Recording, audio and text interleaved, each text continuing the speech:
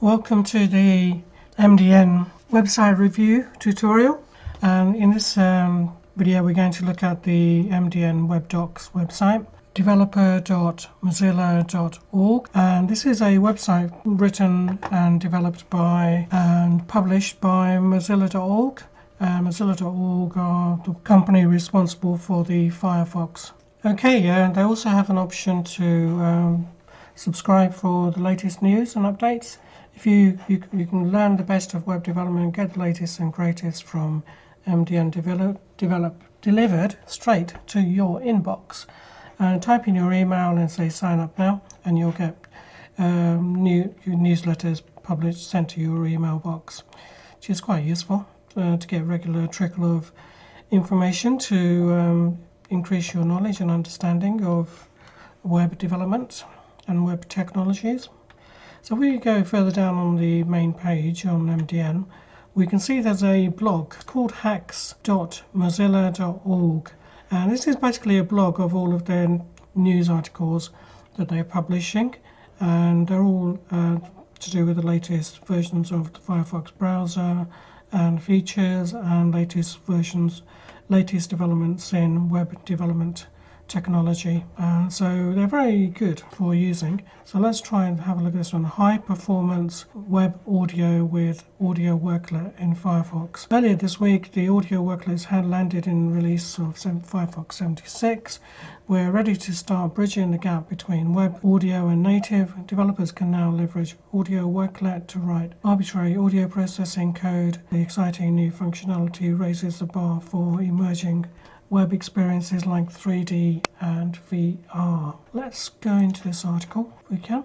So this is hacks.mozilla.org, and it's the blog for the Firefox browser developed by Mozilla.org, and this is an article written by professional developers who are working on Firefox and on other web development projects, and gives you code examples and information and everything that you would want to need for your learning. Okay, let's go further down. So we have more blogs, and we have basic footer at the bottom. So if we go into web technologies to begin with, have a look what they have there. Web technology for developers. The Open Web presents incredible opportunities for developers. Take full advantage of these technologies, and you need to know how to use them. Below you'll find links to MDN's documentation on web technologies. So for example, they've got web technologies, information on HTML, at the basic level, HTML, CSS. So we can go into, for example, the CSS or the HTML documentation, and we've got tutorials on HTML.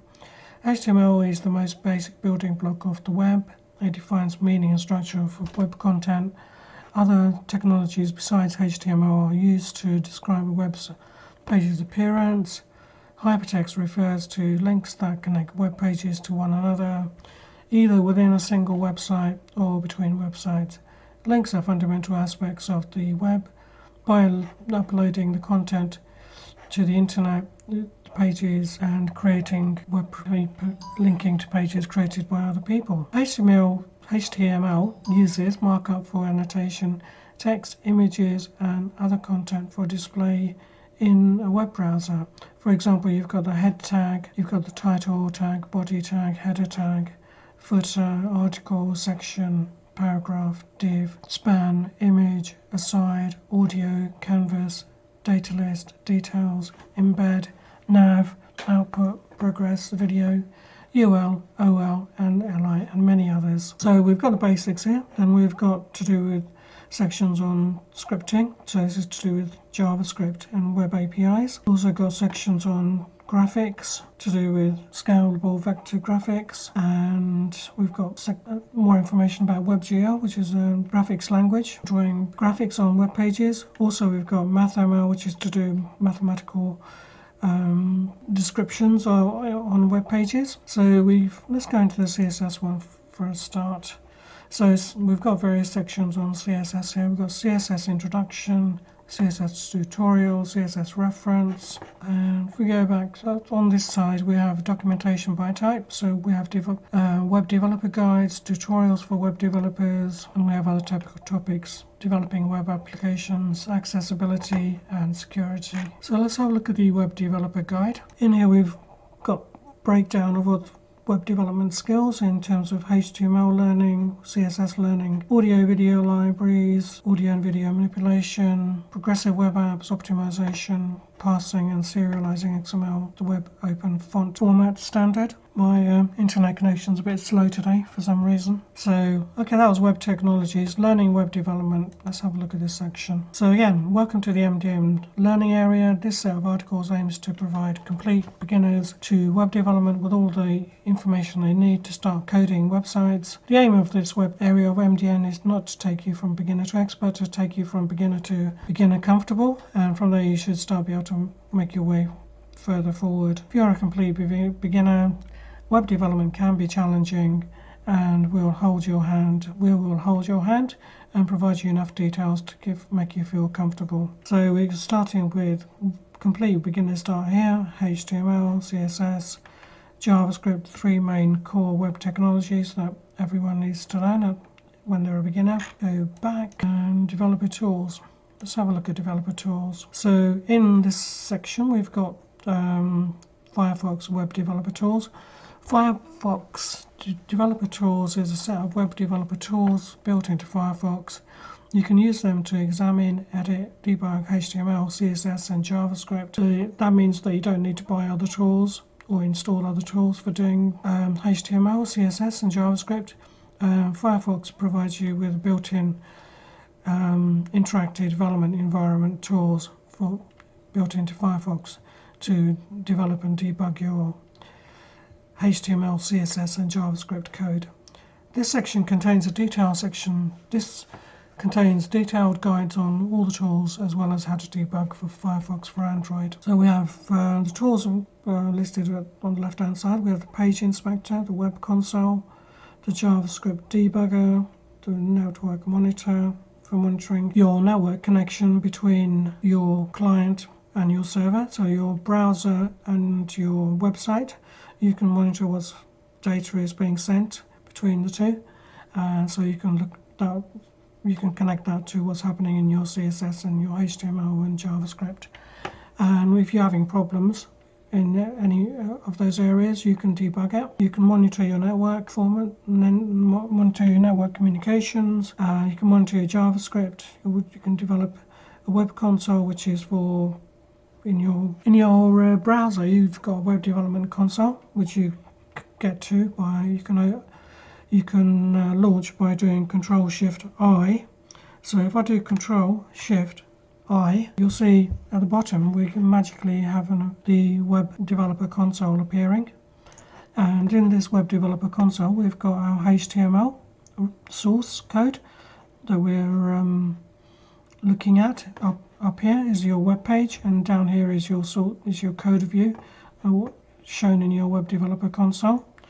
At the moment we're looking at the inspector, so that allows you to, if we click on there, the little pointer there, and we move our cursor up to the web page, we can see information about the elements on the web page, and we can select one of those elements like that one, and then it will take us in the HTML view down here.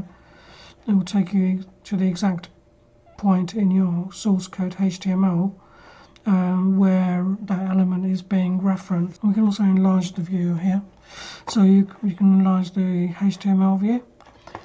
So that's HTML. Then down on next to that we have a column which is showing you your CSS formatting. So it's giving your classes that were defined here in your CSS code, and then you've got your properties that are being set in CSS. And on the right hand side we've got dimensions and various more information about your web page.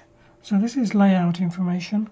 So we've got a tab This third column we've got layout, computed, changes, fonts, and an animation. So this is saying the flex item of your div title bar, and this is h1 title, so that's your element on your web page, and it's saying this is the flexibility, so it can grow. The final size is 1352 pixels. Then we've got a grid object element, and we've got various sizing parameters down here for your CSS boxes, and we've got various default properties for the sizing and responsive behavior of your website when the display of your device is changed from, say, from a phone to a tablet or to a desktop PC. So if you resize your browser window, you can the web page will be responsive. And we've also, looking at the top here, we've got inspector, which inspects your HTML elements and gives you details about those. Then we've got your web developer console, which is your JavaScript console. And sometimes when you load a web page, you won't see any errors, but actually if there has been errors in loading that web page, and you can have a look at the console, and this lists notifications about what's happening with your web page. This page uses a non-standard property zoom, and it's saying consider using calc in the relevant property values or using transform. So the console, web developer console, will give you useful information and tips about how to write your HTML code and your CSS and JavaScript code, and it will try and help you to write better code. Says some cookies are misusing the recommend same site attribute, and it also gives you warnings about possibly some of your web sites and your web pages are not using cookies very effectively. Then you have also in this, you can, in the web console, you can type commands and things. So let's have a look. So if we say 3 plus 2, so this is like typing your JavaScript. This is like running your JavaScript code almost. So if we so we can do basic calculations. So let's do document. So document is not defined. Let's try document. So this is the document object model for your web page, and if we press return on that, it will list your document object model that is got stored in memory. So it's called HTML document, developer Mozilla org and tools. That's your web page that we're looking at, and you can expand on this. You can expand the document object model. So we're looking at the web developer console in Firefox. If we look at the console section, this is a console section which allows you to type commands and get notifications from the browser about what's going wrong with your web page, and really useful information about the coding and syntax of your web page and how you can improve it. So if we type, for example, here what we've done is we type document, and that's the console recognizes that as it's referring to the document object model, which is the web page that you've loaded, and within the browser's memory it creates a memory, it creates a model of your web page, so it knows where to put different colors, where to do formatting, where to apply rules. So it has to build the whole web page in its memory first before it can render it on your monitor, on your phone, on your tablet screen, or your desktop PC screen. So it has to know where everything is and how everything's related to apply its logic, and also to apply JavaScript coding, HTML elements and formatting, and CSS formatting and CSS roles. So if we're going to, we say document here, and so it lists the document that's in its memory, which is this web page up here that we're looking at. And it says HTML document HTTPS, and gives you your website location and then it says URL, so and so, and then it's got all this information about your web page. And for example, if we go into body, it's got all of these attributes, and these are very detailed information about your web page, which can be very useful for debugging when you have problems. Okay, this is more advisory information. So on Mozilla, full screen change is deprecated. So this is to do with the browser behavior. And down here we can do JavaScript commands as well. If we do alert, type in a JavaScript command here, and what happens is it runs a JavaScript command, and you get a pop-up box. So as you can see, we ran the command alert. Hi there. This is running a JavaScript command in the console of the web developer console, and at the top we get hi there, okay. And so this is your alert box that we've just looked at. You can also do document.write. So this is going to try and write it to the HTML document and see what happens. So what happens is, if you look in your web page at the top, it's actually just typed replace what was there already with the command that you just typed. Okay, so I don't want that really. Let's go back. Okay, so we were on this is the home page for MDN, Mozilla Developer Network, and we've got the web console open here. And let's have a look at some more JavaScript commands. So if we say we define a function x, so we define a function test, and we say that function is going to, for I equals 1 to I is less than 12, and then we say I plus plus. So we put some JavaScript in here. So we're looping I, and we're saying in this document, in this function, we want it to write number is I. Okay, so we've just created a function there called test. Yeah, and what it does is it loops through from 1 to 12, or 1 to 11 rather, and prints out document what the number is. So if we do test, run the function there, and it's saying that's the function. Okay, and if we do test now, and it's written, and you go on the script web page up at the top, you get what number is 12. So what it did was it ran through this list and it printed the number. The reason we're only seeing number is 12 is because each time we printed a line, it clears the web page. So the last command that we had was, 12. So that's the reason why we didn't get everything there. So we can do that again. Let's try something slightly different. So what we're going to do now is I equals I to 12. Yeah. We can also write to this web developer console directly from our JavaScript code, which is very useful. So if you're running JavaScript and there's an error message and you don't want to put it on the web page, but you do want to tell whoever's developing the website or debugging it,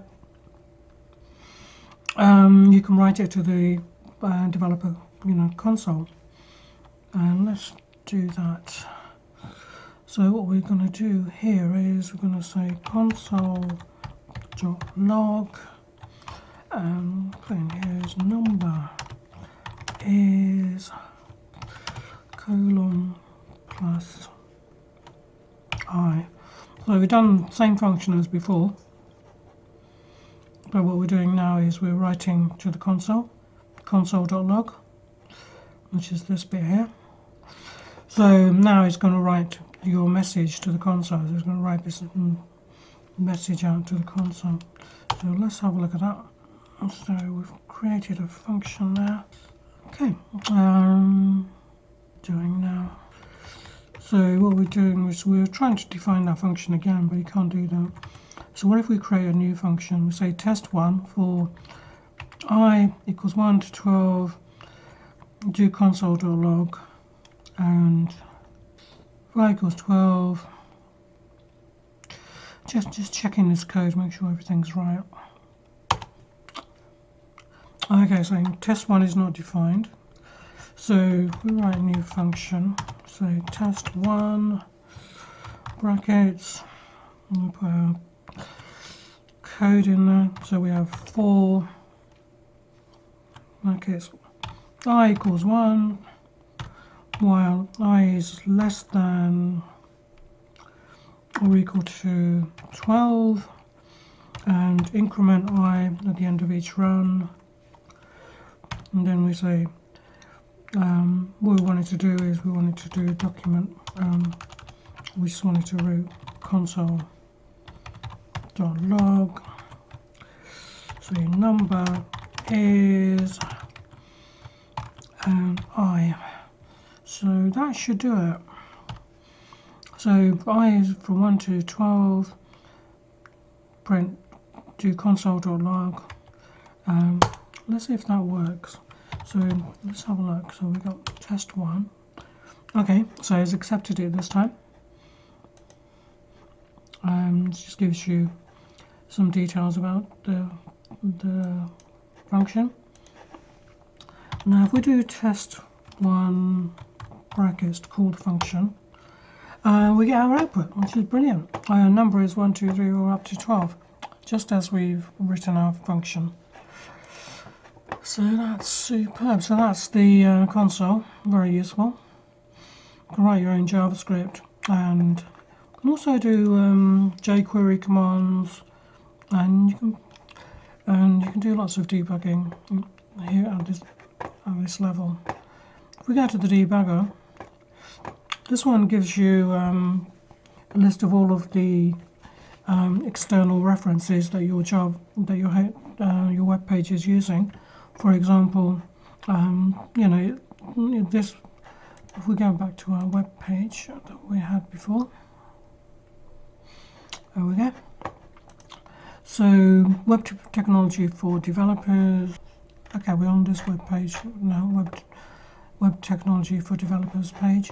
And looking at this, we can see that it's referencing, this web page is referencing a developer.mozilla.org.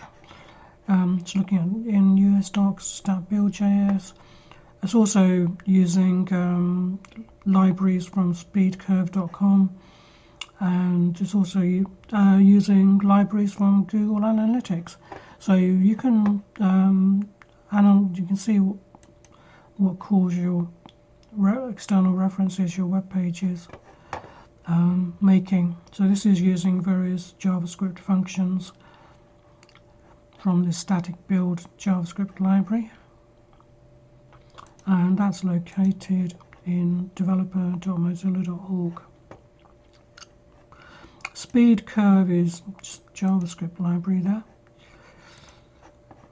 and another JavaScript library. So that's yeah, so that's giving you more information. If we have a look at the network tab up here, we get information about what's happening to the network, and this is all the HTTP commands that your web page is running. To when you click on a link on your web page, it will send a request for that web page to the server. It will send normally a GET request to the web page for the web page, and the web page will be returned to the browser and rendered. And when you send the request to the server, you send a GET request. This is a command that you're sending to the server, and you're saying, get me this web page, you know, get me a certain web page or a certain file. For example, in this one we've got Google Analytics, analytics.js, which is a JavaScript file. Here we've got developer.mozilla.org. That's your main web page, and that's getting this graphic, fave icon, PNG, and downloading that from the server. And you can see this Firefox graphic is shown up here at the top left hand corner. So all the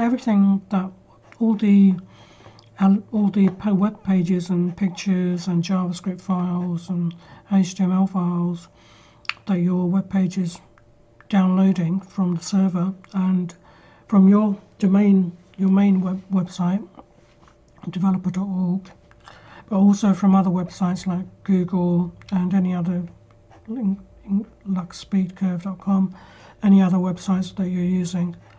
This green here is 200 is the return code from the server. When you run the get command, if there's an error and you can't find the page, then you'll get, for example, a 404 message. The return status will be 404, saying page not found, but the 200 means that everything was okay. So means, page found successfully, everything normal. Looking down here, that's why it's green. We're looking down, scrolling down on this network monitor that we're doing. We're looking at the network, monitoring the commands being sent to the web server by your web browser. And if there's any errors or anything wrong, then you'll get red error codes here. So, for example, we got the status code, commands, website, file, what kind of file it is. If it's cached, cache is basically where it downloads the file and it keeps it in memory to save you, downloading, requesting that file, the same file over and over again from the server. It just keeps a local copy of it in memory and it just saves time.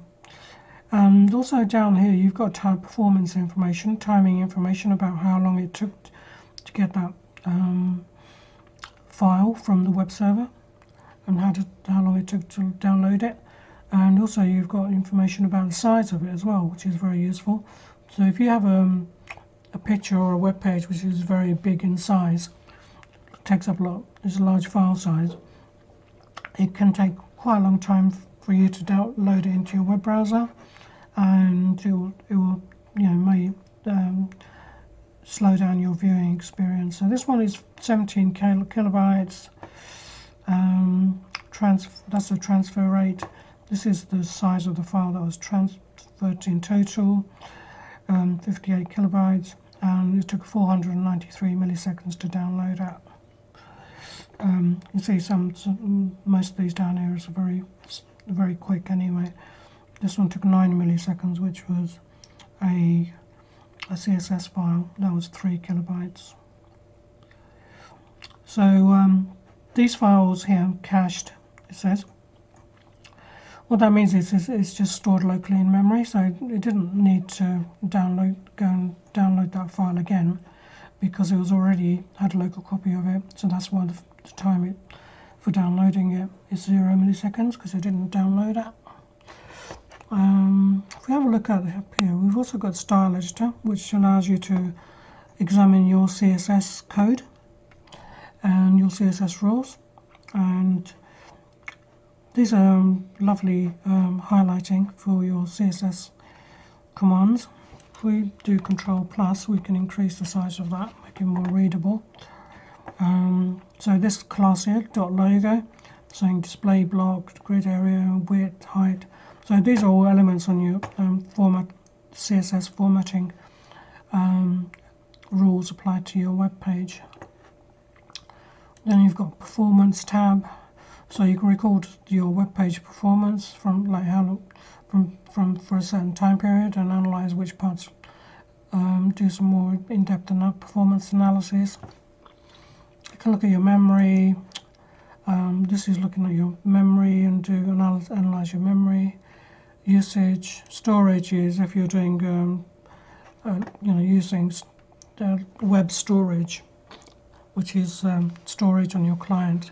There's different technologies for storing information on your client. Sometimes when you lose your internet connection, you still want to look at your web page and maybe do some simple do some simple commands on it.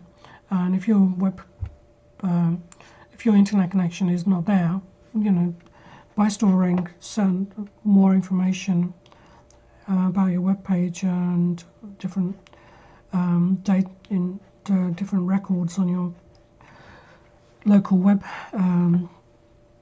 browser, you can do much more.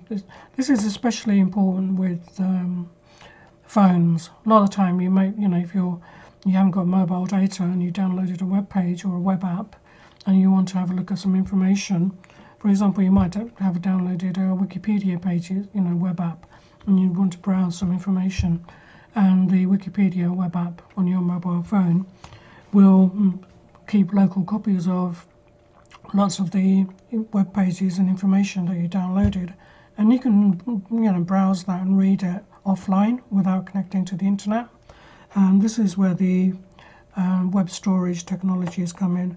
The most obvious one that we just mentioned was cache storage, where it downloads elements of your web page like pictures and graphics and things, which don't need to be downloaded over and over again because they don't change. Then you've also got cookies, obviously. That's information stored on your web browser by the website or the server that you're visiting. So cookies, is saying here, is there's a cookie to do with developer.mozilla.org. Then you've got other options for local web storage called index databases, local storage options, and session storage information. And here you've got an accessibility option to learn more about accessibility design and features of your web page. And what's new is just information. There's a newsletter from Mozilla saying what's the latest information that they've published and changes they've published to their browser. So yeah, so this is fantastic. Web Developer Console is fantastic tools, provides you with fantastic tools and information to develop and analyze and build your website. So once you've gone to the Mozilla Developer Network web docs and learned all about HTML, CSS and JavaScript, and when you start building your own web pages, you can debug them and look at how they're working and look at the source code in using the Web Developer Console. To close the Web Developer Console, we go to the little cross X at the top right hand corner and close that. Click on that. So we're back to our page for web technology for developers, and we have Web Developer Guide, tutorials, references. The other good thing with MDN is that it provides very comprehensive and detailed reference sections for web technologies. For example, if you wanted to know, for a CSS command, for width, for example, or content equals box, or flexbox, or any kind of information that you want, detailed information you want to know about CSS commands, you can go to the references section in MDN, and it will give you very advanced and detailed information about what options are available and properties are available and functions are available for your CSS, your JavaScript and your HTML code. So let's have a look on here. If we go into references, so we've got references on HTML, CSS. So HTML, we've got element reference. CSS, we've got common questions and then a reference. In JavaScript, we've got developer guide and a reference. So let's have a look at our CSS reference. And again, this is covering all of the code and syntax for CSS, and it will start with the basics. So it says basic rule. This is your basic rule syntax. You have a style rule, and then you have a list of selectors, and then you have your properties. For example, we've got a element. We've got a selector which is strong, so that's going to select all of your strong HTML elements, and then we've got properties section which sets your color to red. On this one we've got a div menu bar section, and then we've got list hover, and then we've got a UL, unordered list, and then we'll say what we do is we say for these selectors and elements types, we want the display type to be a block display. So further down we've got a list of all the reference list of all the keywords. You can just click into any one of these and you'll get more information, examples about how to use it: animation, direction, normal, reverse, alternate, reverse. And then you'll also get a web page example. So if we do this, this is an example of these CSS commands being applied in the real world, on a real web page. So that's very useful. So let's go back to that. So there we go. That's that was the MDN Developer Network pages for developers. And so we've covered web technologies, CSS, JavaScript and HTML, the learning web development for the web technologies, and developer tools, which is like the Web Developer Console. Hope you enjoyed that, and remember to come to this website regularly and learn as much as you can and improve your web development skills. Thanks very much.